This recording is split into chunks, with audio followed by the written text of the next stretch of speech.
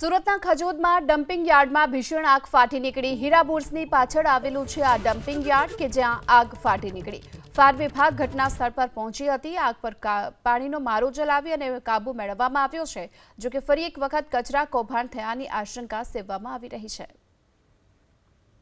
તો હીરા બુર્સની પાછળ આવેલા ડમ્પિંગ યાર્ડમાં ભીષણ આગ ફાટી નીકળી। દ્રશ્યોમાં પણ જોઈ શકાય છે કે કયા પ્રકારે આ આગ બાદ આખા સમગ્ર વિસ્તારમાં કાળા ધુમાડાના ગોટે ગોટા જોવા મળ્યા હતા। જો કે ફાયર વિભાગની ટીમ ઘટના સ્થળ પર પહોંચી અને આગ પર કાબુ મેળવ્યો। ફાયર વિભાગ ઘટના સ્થળ પર પહોંચી હતી। આગ પર પાણીનો મારો ચલાવી અને કાબુ મેળવવામાં આવ્યો છે। જો કે ફરી એક વખત કચરા કૌભાંડ થયાની આશંકા સેવવામાં આવી રહી છે।